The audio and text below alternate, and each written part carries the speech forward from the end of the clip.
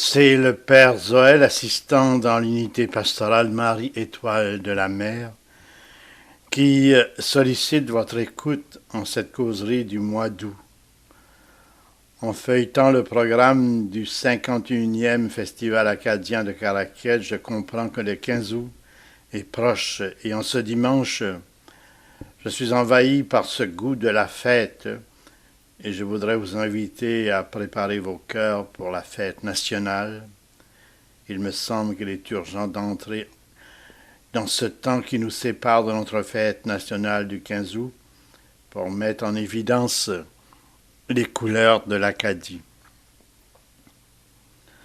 En ce temps de l'année, au cœur de l'été où tant de belles choses se vivent, nous sommes fiers de célébrer notre acadianité, notre identité comme peuple.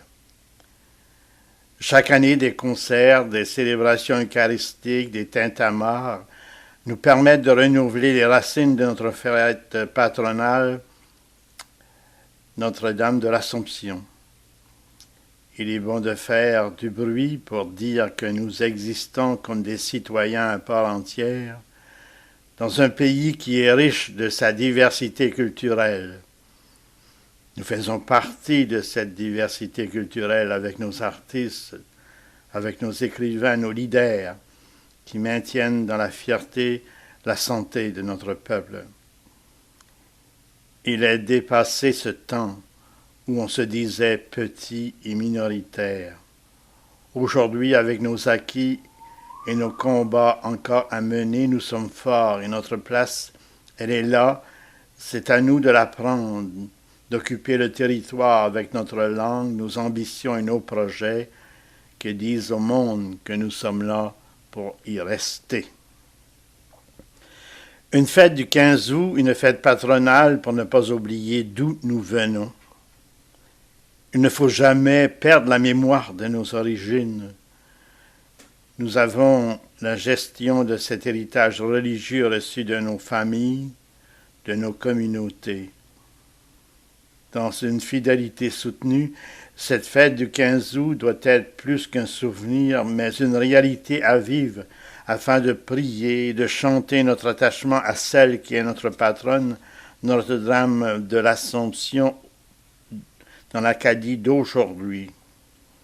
Je cite mon ami Jean-Marie Nadeau qui a écrit en parlant de nous: « La communauté acadienne est rendue un stage où elle atteint des niveaux historiques inégalés de maturité, d'expertise, de savoir-faire et de volonté de s'assumer pleinement elle-même pour devenir co-bâtisseuse d'une province plus éprise de justice et d'égalité sociale, économique et linguistique entre nos deux communautés.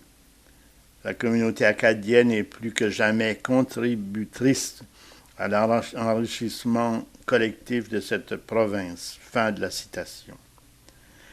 La clairvoyance prophétique est plus que jamais nous invite à la fête en ce 2013 dans cette Acadie de la modernité, désireuse plus que jamais d'avancer en s'intégrant comme communauté égale à part entière dans notre province et notre pays, le Canada.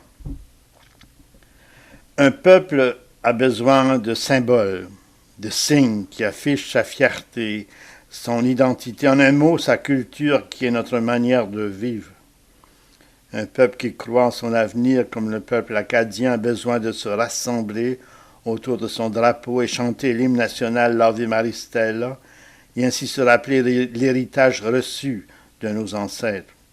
Tous ces symboles nous ont été donnés lors des conventions nationales en 1881 et 1884 grâce à des Acadiens de conviction forte comme Monseigneur Marcel-François Richard, Pascal Poirier et les autres. Quand je vais me recueillir au cimetière des fondateurs ici à Tracadie-Shaila, ma paroisse d'origine, il me semble entendre ces voix de notre passé me dire « Cette terre est sacrée, parce qu'ici reposent ceux et celles qui ont tout donné pour qu'aujourd'hui l'Acadie se vive dans la pleine lumière de son passé. » Un rappel qui nous invite à faire de 15 août non pas seulement du bruit, mais aussi de sonder les valeurs acadiennes qui sont les nôtres, afin que demain d'autres comme nous se souviennent. La grande caractéristique du monde qui est le mien, qui est le vôtre, ce sont les changements constants et intelligents que nous sommes appelés à vivre. Dans ces changements que nous devons assumer, il ne faut pas balayer du revers de la main toute notre histoire que nos ancêtres nous ont léguée.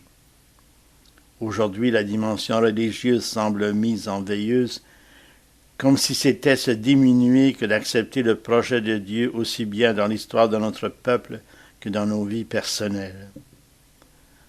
J'étais heureux de lire dans la première encyclique du bon pape François qui a porté lumière de la foi, cette invitation qui nous est faite de vivre notre foi comme une lumière qui nous permet de marcher à la suite de Jésus.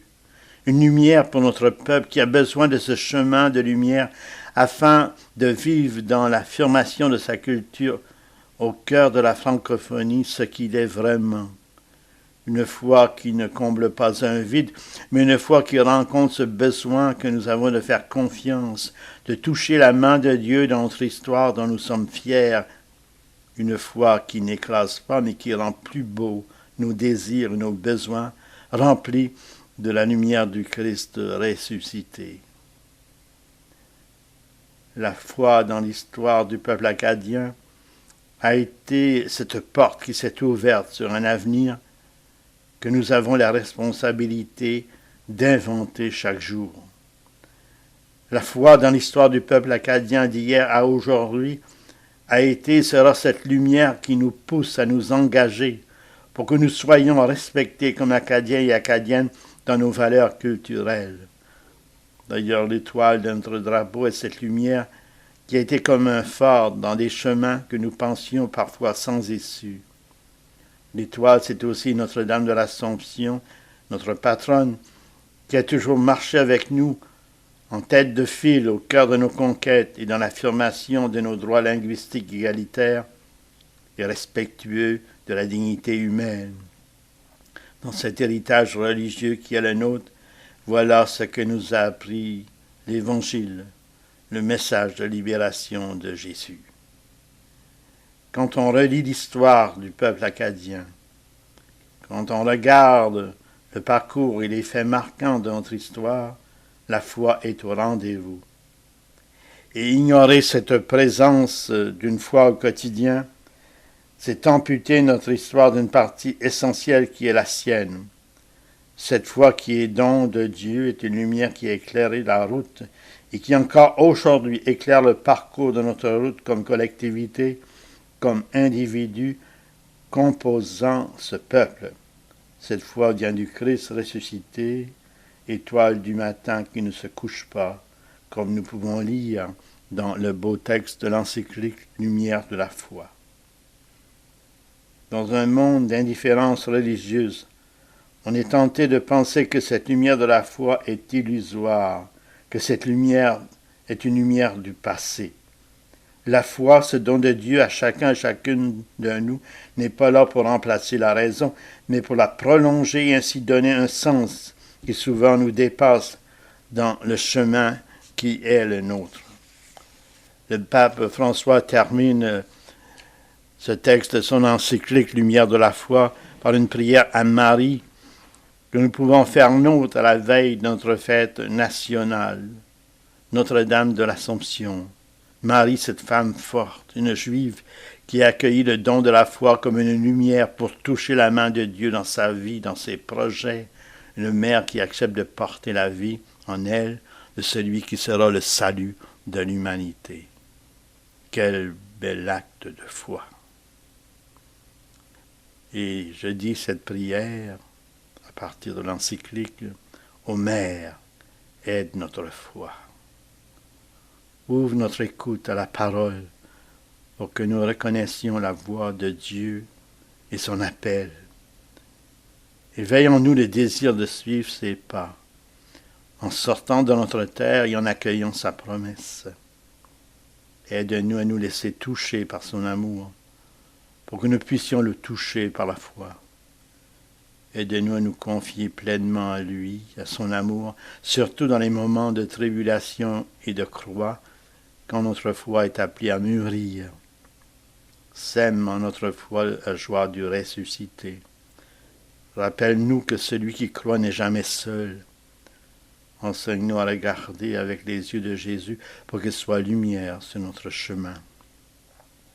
Et que cette lumière grandisse toujours en nous, jusqu'à ce qu'arrive ce jour sans couchant, que le Christ lumière lui-même, ton Fils, notre Seigneur. Amen. Je vous souhaite une belle fête nationale, patronale de Notre-Dame de l'Assomption, et que nos bruits disent au monde que nous sommes un peuple vivant pour toujours. Amen.